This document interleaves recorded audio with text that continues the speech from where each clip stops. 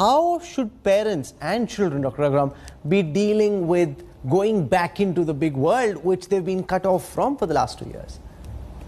I think, Rahul, the older kids, I think, will be able to cope with it much better.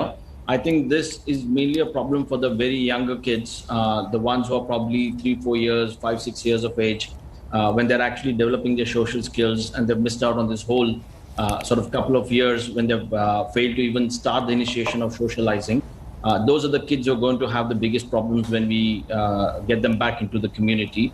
And they're going to find it very difficult to socialize with other kids. The older kids who have already been in school before, I don't think will have so much of a problem when they restart going back to school.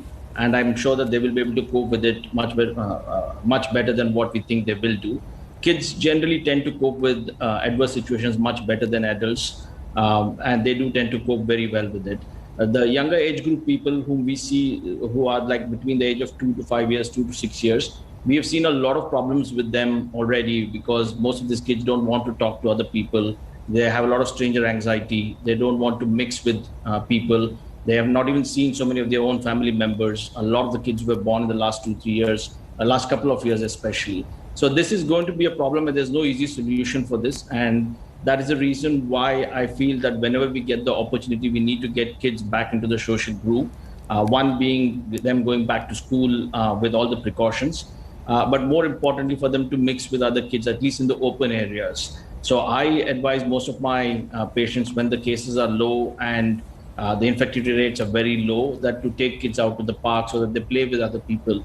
And as long as they're in open areas and they follow the norms of social distancing, it is usually not such a bad idea to do that.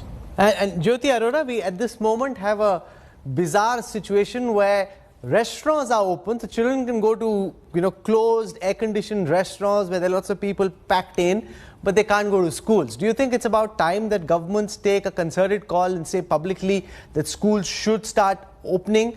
How do you see this whole debate about reopening, and how would you like to play it out? We understand well the kind of learning gaps have come due to long closure of schools. It's not just about learning gaps, the socialization gaps.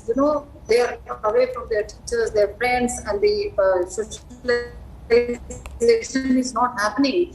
And online education was a supplement, because there was a time when learning was to be continued. But now this is the time when they should be back to their physical mode of learning, because there is no substitute of face-to-face teaching learning process. So it's very, very important that they should come back to the school. We are all set with all our staggered approach and with all our COVID protocols preparations. SOPs regarding the protocols of COVID were released last year only in the month of May, because we had thought of that children will be back to the school somewhere in the month of July.